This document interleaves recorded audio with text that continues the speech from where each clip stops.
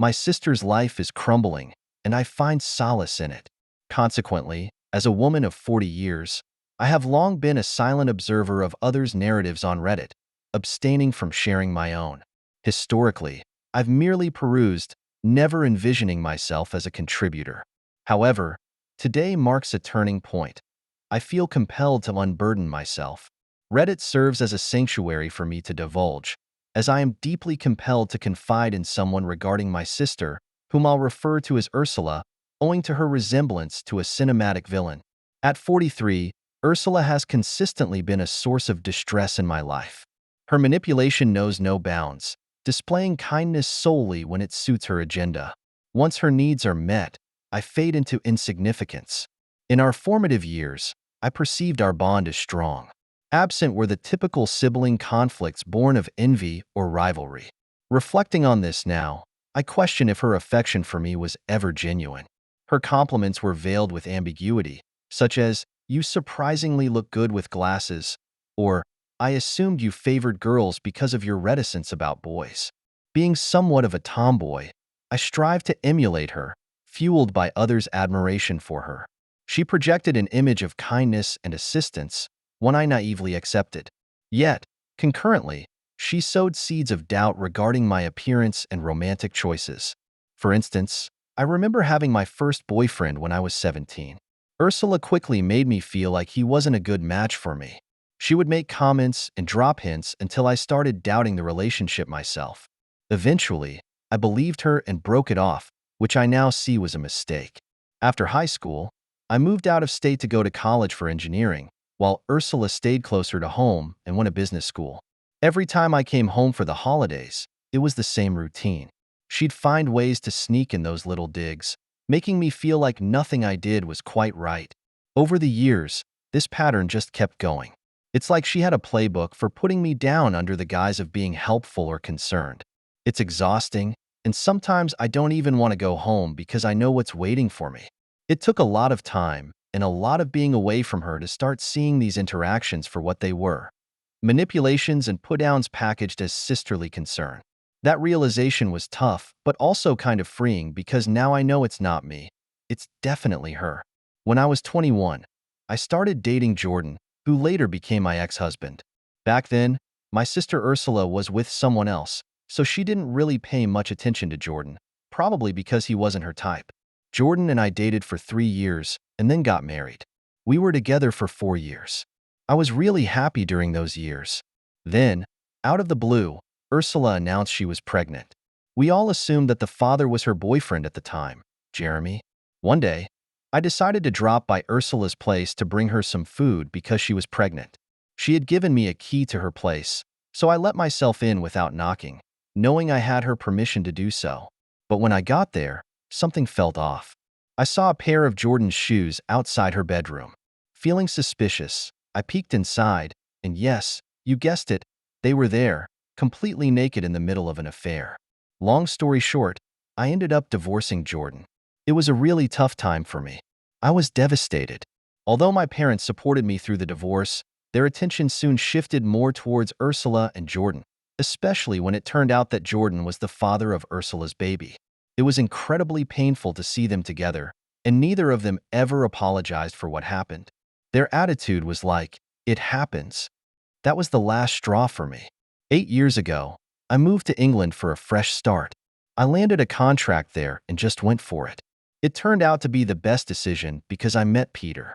He was a single dad, and we hit it off immediately. We fell in love, got married, and now we have a son together. As for my family back home, I cut off contact with my sister and keep a very low profile with the rest of my family. I talk to my dad sometimes, and he fills me in on the family news, but that's about it. It's not easy, but moving away helped me build a new life away from all the drama. Since Jordan and Ursula ended up getting married and had 2 more kids, I had kind of put that chapter of my life behind me. But as it turns out, drama never really leaves some people behind. Recently, I learned from my dad that Jordan cheated on Ursula, and they've been having some really ugly fights. And just when you think it couldn't get more twisted, it turns out that 2 of the kids aren't even Jordan's. Ursula wasn't faithful either. According to my dad, it's a complete mess. Now they're talking divorce, and Ursula is pushing for alimony. After hearing all that, I just hung up the phone and made myself a drink. Honestly, I'm just so relieved to be thousands of miles away from all that chaos. Then my mom called to say she needed me. I'm torn about whether to go back or not. As much as there's a part of me that finds a bitter satisfaction in seeing Ursula's life unravel, I really don't want to get sucked back into the middle of their drama.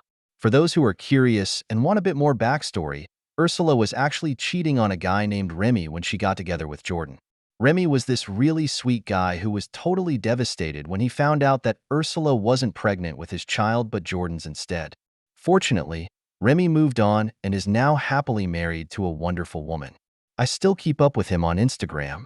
My parents were furious at Ursula when everything came out, but she's always been incredibly manipulative. She actually tried to spin the story, telling everyone that Jordan had coerced her into the affair, claiming he would leave me if she didn't comply. She painted herself as some sort of twisted hero, supposedly trying to save my marriage by seducing my husband. Ridiculous, right? Classic Ursula. When I got married in London, it was a smaller affair since the distance was too much for most of my relatives. However, my dad made the trip over. It was a beautiful, drama-free ceremony, just the fresh start I needed. Mom couldn't make it to my wedding in London because she had just had back surgery at the time. It's important to clear up a misconception here. My parents aren't bad people. They're just normal humans caught in a really tough situation. It's unrealistic to expect parents to pick favorites between their children, especially when one of them is about to become a parent themselves. Despite my sister Ursula's actions, they couldn't just abandon her, especially when she was pregnant. Sure, Ursula has made life difficult, and yes, she can be really awful, but my parents never let her off the hook completely. They supported me wholeheartedly through my divorce and even covered the costs of my therapy afterwards. They have a strained relationship with Ursula and Jordan, but they haven't cut ties entirely, largely because of the grandchildren. My dad even took a stand by refusing to walk Ursula down the aisle at her wedding, which I didn't attend. I've maintained contact with my parents even after moving to England, and they've been nothing but supportive. My mom, who's in her 60s and faces a lot of health issues, was devastated that she couldn't come to my wedding or meet my son initially due to her recovery from surgery and the difficulty she faces with flying. Then the COVID-19 pandemic hit, which delayed any plans for a visit further. I'm actually planning a trip back to my hometown soon for some business, and I would have gone regardless of my mom's call. It's been 4 years since I last saw my mom and dad, and I really miss them. Despite everything with my sister, my feelings towards my parents haven't changed. I hate what Ursula has done, but I don't hold any of that against them. They've done their best in an impossible situation. Now for the update. Landing back in my home country with my husband and son was surreal after years away. The feeling of home soil under my feet was both comforting and a bit nerve-wracking. My parents met us at the airport, and it was incredibly emotional. They looked worn out, as if they hadn't been sleeping or eating properly for a long time. Seeing them like that tugged at my heart, but the joy of them meeting my husband and especially my son, whom they hadn't met before, brightened the atmosphere considerably. I made it clear to them that I didn't want Ursula to know about my visit. I'm here just for a few weeks and wanted to avoid any unnecessary drama. We're staying with my aunt, which gives us some distance from the immediate family tensions. During our catch-ups, my mom filled me in on more drama surrounding Ursula. She's now living with my parents, along with her kids. It turns out the plot thickens with her personal life. She was having an affair with her former boss, who was married. And shockingly, those 2 children are actually his. This revelation came with more trouble when the boss's wife found out and confronted them physically. The consequences don't stop with personal drama. The company Ursula's boss works for is actually owned by his father-in-law, putting his job on the line. Meanwhile, Ursula had already switched jobs before this scandal broke, but she continued the affair. Now she's on the verge of losing her new job too, as the owner of her current company is close friends with the boss's wife, who is understandably furious. The whole situation is a mess, and hearing all this only solidifies my decision to keep my visit low-key and focus on reconnecting with my parents and enjoying some peaceful time with my family. You can only imagine the precarious situation Ursula has found herself in. Jordan, her estranged husband, has quit his job in a drastic move to avoid paying alimony and child support for the kids that aren't biologically his. He's even planning to sue the biological father, the boss, for child support. The situation at home is volatile, with constant arguments. According to my mom, Jordan is on the edge, partly due to his own actions as he was also caught having an affair with a coworker. Amidst all this chaos, my mom is facing a tough decision. She wants to kick Ursula out because of the disruption she's causing, but she can't bring herself to do it because of the kids. My mom despises what Ursula has done, but doesn't want to punish her innocent children. I feel a deep sympathy for them too. No child deserves to be caught in such a tumultuous environment. I also want to stress that my parents are genuinely good people. They've been incredibly supportive of me through all my own troubles. They maintain contact with Ursula solely for the sake of her children, trying to provide some stability in their lives. It's heartbreaking, especially considering my mom's health isn't great. She's seriously ill and really doesn't need this stress. She's in her final days, and it's a lot for her to handle. While I know that somehow Ursula will find out I'm back, I'm ready for it. I've come prepared to deal with any fallout, though I am determined not to get dragged into her drama. My focus during these few weeks back home is to spend quality time with my husband and kids and cherish the moments with my parents, making them as peaceful and meaningful as possible. Story 2. I know a secret that will ruin my best friend's life. I can never tell him. All the names in the story have been changed for privacy. I can't tell anyone I know about this, and it's been weighing on me for months now. So, I figured I can post it into the void of Reddit to get this off my shoulders. I'm sorry if this is too long and messy. This really is hard for me to write, and I'm trying not to cry. I, a 27-year-old female, had been friends with Tom, 31, male, and Sam, 29, female, since high school. I was a freshman while Sam was a sophomore and Tom was a junior. We all bonded pretty tight over shared loves of video games, anime, Pokemon, and art, and pretty soon, we were an inseparable trio. When I met them, Sam and Tom had been dating for nearly a year, and they were an ideal couple. Tom would take Sam out for really nice dates, hide flowers in her locker, write little love notes in the margins of her notebook. All the kinds of things that high school couples do. After we all graduated, we drifted apart due to me attending college in a different state. I still kept in touch with Tom, and we would message each other regularly about the little things. Have you seen this new Pokemon card? Or, oh my gosh, our favorite anime just did this. Eventually, through social media, I saw that he had finally proposed to her, and they had a beautiful wedding. Fast forward a few years ago, I started dating a guy we'll call him Crappy Boyfriend, or CB for short, who in hindsight was an absolutely awful person. I was in a bad mental place and just wanted to be with someone who acknowledged my existence. During this time, I had been isolated from a lot of my favorite hobbies and friends and was sort of drifting. That doesn't excuse this, but I wanted to give an idea of the headspace I was in. CB took me to meet one of his best friends one day, who, to my surprise, was Tom. Apparently, the two had met each other shortly after high school and had gotten super close immediately. Being around Tom again started to bring light back into my life, and I started behaving like myself again. It felt like I had started to be allowed to live again, and it was something I had never expected. CB noticed this and encouraged me to spend more time with Tom until him and I were as close as we were in high school again. One day, CB was talking about past romantic partners, or his conquests, as he was calling them, and mentioned all the times he had been with Sam. I immediately froze when I heard him say this. I asked when they had been together since I thought he had met Tom and Sam after they had graduated. He shrugged and said Sam had complained to him multiple times about how bad of a romantic partner Tom was. I felt like I was going to be sick. I called him a liar, that there was no way Sam cheated on Tom. CB handed me his phone with him, and Sam's chat pulled up. I thought I was going to vomit. Text upon text was them joking about Tom's insecurities, how inadequate he was, and then the pictures. So many pictures. I handed him back his phone and told him to get out of my house. He looked surprised at my reaction and genuinely could not understand why I was upset that he just helped Sam finally feel good.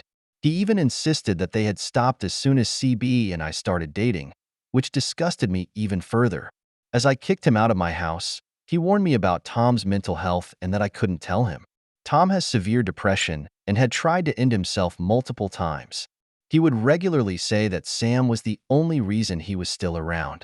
After I'd done CB, I wasn't sure what to do. I went back and forth on whether or not I should tell Tom. I had been cheated on in the past, and I remembered how it devastated me. I was terrified that if I told him, he would lose himself in his mental illness. But I also knew that it was completely unfair of me to keep this from him. After a few months of fighting with myself, I had decided that I would message Sam with a proof that I knew and would give her the ultimatum to either tell Tom or I would. The day I finally made up my mind, I opened up social media and went to her page to message her. However, the moment I clicked on her page, my heart just sunk in my chest. People were posting comments on her wall like, "We will miss you more than you ever know," or "God takes back his kind souls too often." And I finally found out what had happened. The night before, Sam had gotten in a horrible car accident. She was gone before paramedics even arrived. I remember just shattering. Even though I was furious with her for what she had done, she had been my friend, and now she was gone. Tom was hospitalized shortly after her funeral. He was in and out of health facilities for the months following her passing. His mental health was ruined. He stopped eating, stopped talking, stopped sleeping. He would just lay in bed and wait for death. I tried to be around him as much as possible to help. He was a good person who had lost too much, and I couldn't bear to lose another friend. On the other hand, I couldn't live with the secret that I was carrying. She had been cheating on him with his best friend for 7 years. She had mocked him to his best friend. I know it was wrong for thinking this. I was also grieving. Now, Tom is finally in a better mental place. He leaves his house and hangs out with his friends. He plays video games with us again. He seems happy for the first time since he lost Sam. He still talks about her and refuses to go on any dates. He says that she was his mate and that she will be the only woman he ever loved, and that now he knows that she will always be lovingly watching over him. I have not told him about her affair and the cruel things she said about him. I know if I ever did, he would be back to the place he was when she passed. I know I can never tell him. Story 3. I realized my girlfriend is the one, the hard way. I think I'm too late to realize that she's the one. I'm male, 31, and she's female, 27. We've been together for 1.5 years now, and I'm ready to propose. I'm scared she might reject me, but before I start, here's a little backstory. Let's call her Jessie. I met Jessie at a local flower shop where I went to buy flowers for my mother for Mother's Day about 2 years ago. She's a tall brunette with really cute eyes. She used to own the small flower shop. I was pretty well off at the time, leading a very luxurious life, more than most around me. I used to go on too many dates at that time, but when I saw her, I kind of wanted to spend time with her. So, I became her regular customer. I would do some cute stuff like buying from her store then gifting it to her. She really liked them, I could tell. But for me, I thought it was just another relationship where we would both get bored of each other. So let's make good memories while it lasts. Soon afterward, we became an official couple, and things were going good. She moved in with me after 6 months. I was shocked that we made it to 6 months. Actually, the longest I'd been in a relationship was like 5 months.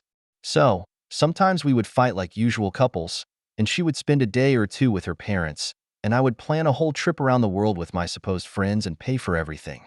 Eventually, then she would come back and get mad at me because, according to her, I spent too much money and my friends are using me. It was pretty new to me because most of my life, me and my mom struggled, and I used to dream of spending all I have to live a really nice life.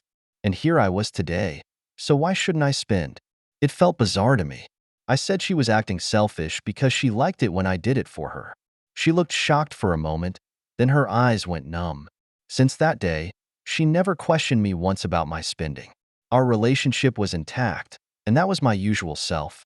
I thought I was making everyone happy, but I think in everyone's personal life, there comes a turning point. It may be good or bad, and if it's bad, you feel like starting all over again. My turning point was about 6 months ago. 6 months ago, I lost my beloved mother. She was the only person that I could call family. I instantly bought or sold the apartment where I used to live during my childhood to cherish her memory. But things just kept falling apart. I was facing severe loss in my businesses. One of my major factories had a fire accident, some lives were lost, And there was legal stuff in the morning and whatnot. I left feeling of grief for losing my mom for a moment and tried to make things right, but ended up crying myself to sleep because it was just too much to handle. My girlfriend would always hold me tight. We started spinning minimum, and minimum turned bare minimum to the point that I couldn't even take her out on her birthday. I was in huge doubt at that point and reached out to my friends for help. They had contact with me because they didn't want the legal drama. The thing started to rest a little, and soon, I saw myself unloading the truck in front of that old apartment I bought after my mom's death. I looked around, and there was nobody, just her, Jessie. She never left my side. We sold everything, and here we are again starting from the bottom. Only this time, instead of my mother, I had her. She closed her flower business and is helping me rebuild my empire. I know I'll make it to the top again, but I just don't want to lose her, and I want to propose, but in a luxurious way, which she absolutely deserves. I don't have enough money to propose to her now, but I'm just scared that she'll leave me by getting frustrated with my situation. Edit. Sorry if I made any grammar mistakes. English is not my first language, and sorry for the long post. And here's the advice. If she didn't love you, she would have left a long time ago.